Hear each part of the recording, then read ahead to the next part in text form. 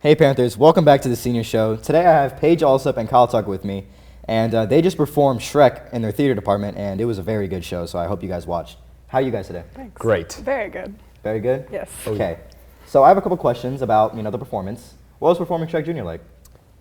Performing Shrek was a lot of fun. A lot of fun just to see the audience and just Oh yeah, be able to do it. like performing for the kids, it was great. Yeah, they give a lot of energy to us, Oh, and yeah. it enhances it so much. That's good. At least it enhances the experience. What was your guys' favorite part about Shrek? I liked the community we got to build through it. So every year we get new kids in and we get to know them, and then we just grow the relationships we already have. So it's a lot of fun for me.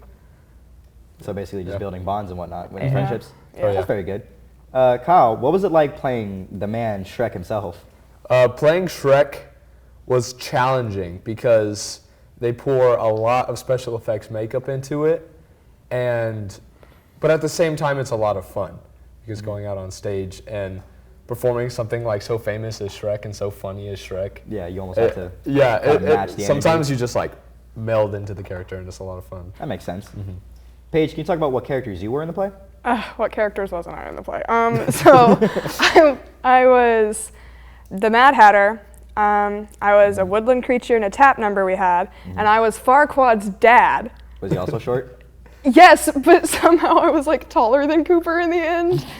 It was really funny to me, at least, and it ended up being 6 costume changes, but it was fun. I went with it. That's a lot of costume changes, opposed to just Kyle's Shrek. Yeah, Just one? Kyle stayed in one costume. Can you guys give us a rundown on what rehearsing a musical looks like? Well, sometimes we split into groups and sort of divide and conquer, but a lot of it is mainly collectively, as a group, we work on stuff, get things done efficiently, and when we're all there, it goes super smoothly, and with our new director, Ms. Kennedy, it's a lot of fun. Yeah, a team effort. Yeah. Makes sense. So around the second semester, you guys do a one-act play. What is it like rehearsing for a one-act play? So it's very similar to musical in that we have, the long rehearsals. We just don't have the dance numbers and the songs that we're trying to get learned, but we do really try and pinpoint our acting and the emotions we're trying to draw from it because we are trying to take it to state every year. Yes. So we really narrow down and focus on the certain scenes, and it's a lot of work, but it's so much fun. So serious, but yet rewarding in the end. Oh Yes. yeah, for Makes sure. sense, makes sense. So Kyle, out of all the shows you've been in, what has been your favorite? We did a one-act play called Girl in a White Pinafore, and it's basically a one-act about a small rural, wealthy town in Texas that has a school explosion. And Kind of yeah, out of the ordinary. it's a little heart-wrenching, but it's so cool to play characters in that show with your colleagues and portray a story that some people may not know, and being able to draw emotions like that out of an audience is an unreal feeling. It's really cool. Again, rewarding from just seeing the Yes. audience faces and seeing them gasp and be in awe. Makes for sense. sure. What was your favorite characters to play? Favorite character, probably Kristoff from Frozen. Christoph? It was A lot of fun. kind of cool to be hero for all the Yes. kids and whatnot. Yes. Makes sense. Paige, out of all the shows you've been in, what has been your favorite show to be? So mine was actually also one act, but it was our freshman year. So we did Last Lifeboat, which was about the sinking of the Titanic.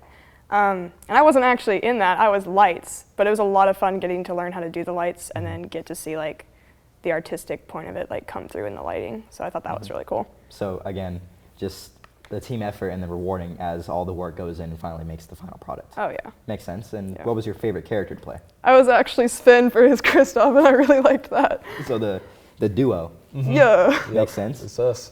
So what initially made you guys partake in MHS theater? For me, it was more of a trying something new when I moved here, and after that, it just kind of stuck. For me, I was always on the stage, even as a little kid. So I wanted to do it in middle school, and then I just carried it through to high school, and now I'm here. So a hobby that turned into potentially a career and then potentially just a very fun side thing to do. Oh, for sure. Makes sense. So are you guys in any extracurricular activities besides theater? I am not. I'm in choir, and I'm also a flag runner. So he's beating you by 2. Yep. step up your game. So you can also brag about that and say, I'm more tired and whatnot. Yeah, for sure. What are your guys' plans after high school? So mine is to go to art school. I got accepted to SCAD, which is Savannah College of Art and Design in Georgia. I'm going to major in animation, hopefully, and then move out to California to work at Pixar Studios. Very solid and big aspirations. Thank you. Recently, I was accepted in the University of Oregon, and I want to pursue a major in environmental science or biology, depending. And my end goal is to work in national parks.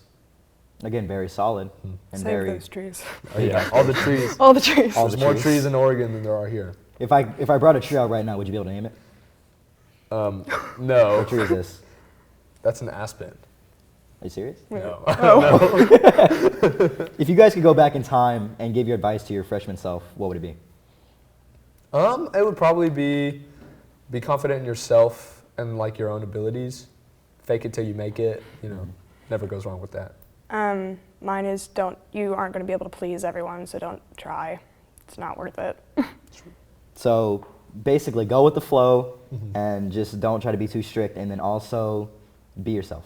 Yeah. Don't Yep. worry about anyone else. Yep. Very, very, very big rules and very big things that people need to follow and live their life by. Yeah. Very inspirational. So now we have Haley's package, so let's go on ahead to that. My name is Haley, and here are a few things that I found interesting recently that I figured you would find interesting too. Let's start with the lowland streaked tinrick. This tinrick is found in Madagascar. Their average body size is only 5.5 inches. This black and white creature typically only eats earthworms, but also can sometimes eat fruit. They use their quills for defense and also use them to communicate.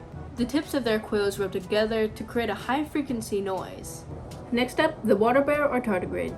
These animals are microscopic and can be generally found in harsh environments such as the deep sea or even in volcanoes. Also, it is known that the water bear has even survived outer space. It is said that if Earth fell into a state where extreme temperatures existed, causing mass extinction, water bears would be the only living organisms there. Now how about moonquakes? Yes, just like earthquakes, there are moonquakes. First discovered by Apollo astronauts, moonquakes are much smaller than earthquakes. Alongside the moon, Venus, Mars, and even the sun quake. There isn't much to say about moonquakes, just that they exist. The most interesting topic in this video, in my opinion, is deep image reconstruction. Due to advanced technology, scientists are able to reconstruct brain activity. So, what does this mean and look like? Well, for instance, say you saw an image of a shark. Through neurotechnology, brain signals are able to create the image you're seeing, kind of like mind reading. Of course, the images you are seeing now aren't perfect replicas, but it's definitely a step forward into being able to see what people are thinking. Maybe one day in the future, we'll be able to see what people are dreaming, or maybe see what awaits us in the afterlife. That's all for now.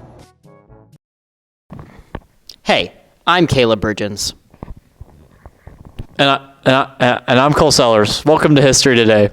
On this day in 1918, the Great War, now known as World War I, ended with an armistice between the Allied powers and Germany. This day is now commemorated as Veterans Good Day.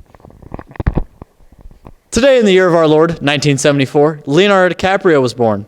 He is known for acting in the Titanic, the 1996 version of Romeo and Juliet, and the 2013 version of The Great Gatsby.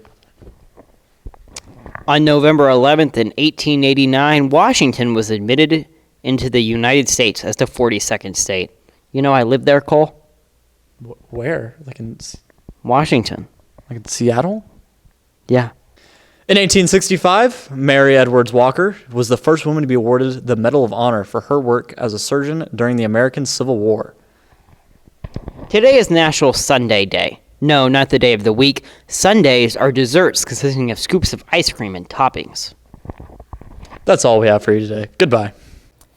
And we're back, but sadly, that's all the time we have. So thank you, Kyle and Paige, for coming, because I know that after a show, it's very common for you guys to just take a rest and settle down for a little bit. But thank you for coming and being on the show. And thank you guys for watching.